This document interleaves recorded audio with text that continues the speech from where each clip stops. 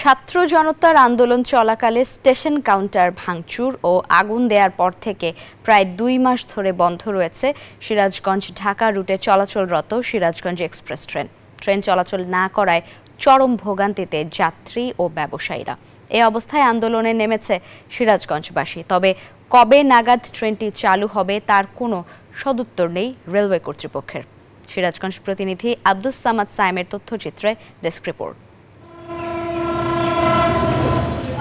সিরাজগঞ্জ শহর ছিল রেলের শহর। একসময় রেলের হুইসেলের শব্দে ঘুম ভাঙত শহরের মানুষের।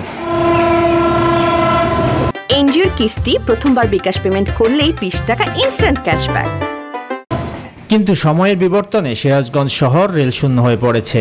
জনদাবির প্রেক্ষিতে কয়েক বছর আগে সিরাজগঞ্জ এক্সপ্রেস নামে একটি ট্রেন চালু করা হয়, কিন্তু গত 4 আগস্ট ভাঙচুর ও অগ্নিসংযোগের ঘটনায় একমাত্র ট্রেনটির চলাচলও বন্ধ রয়েছে। এই অবস্থায় ট্রেনটি চালুর দাবিতে আন্দোলনে নেমেছে স্থানীয়রা।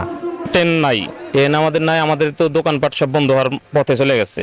সব জায়গায় 14টা জেলাতেই চলছে, আমাদের সিরাজগঞ্জের বুকুরিপুর দিয়ে যায় এই ট্রেনগুলি, কিন্তু আমাদের সিরাজগঞ্জ এক্সপ্রেসটা কেন বন্ধ আছে? ট্রেনটা থাকলে আমাদের খুব সুবিধা হয়, ব্যবসা বাণিজ্য দিকে সুবিধা হয়। আমরা সকাল 6টায় যেতাম, 10টার মধ্যে আমরা ঢাকা পৌঁছাইতাম। সিরাজগঞ্জ এক্সপ্রেসটি না থাকার কারণে আমাদের মতো অনেক ব্যবসায়ী লোকজনের অনেক দুর্ভোগ পোহাতে হচ্ছে। দ্রুত এই ট্রেনের দাবিতে আমরা সিরাজগঞ্জবাসী ঐক্যবদ্ধ হয়েছি।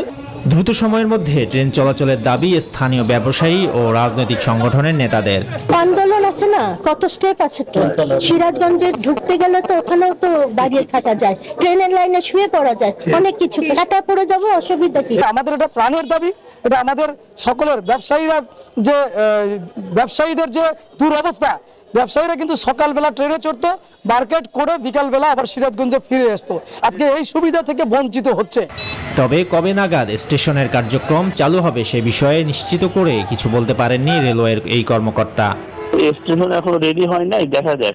স্টেশন তো যে আমরা তো এখন শহীদ মনসুর আলী টিকিট দিতে পারতেছি না, সব কম্পিউটার ভাঙতে হয়ে গেছে, পুড়ে গেছে। এগুলো চিন্তাতে হবে, কবে কি হবে সে দেখে শুনে ঠিক হবে। আমাদের শহীদ মনসুর আলী ঠিক হয়নি, যেখানে আমাদের ট্রেন চলতেছে, টিকিট দিতে পারতেছে না। বৈষম্য বিরোধী ছাত্র আন্দোলনের সময় সিরাজগঞ্জ সদর উপজেলার বাজার রেলওয়ে স্টেশনে ভাঙচুর ও অগ্নিসংযোগের ঘটনা ঘটে। Desk report, news 24।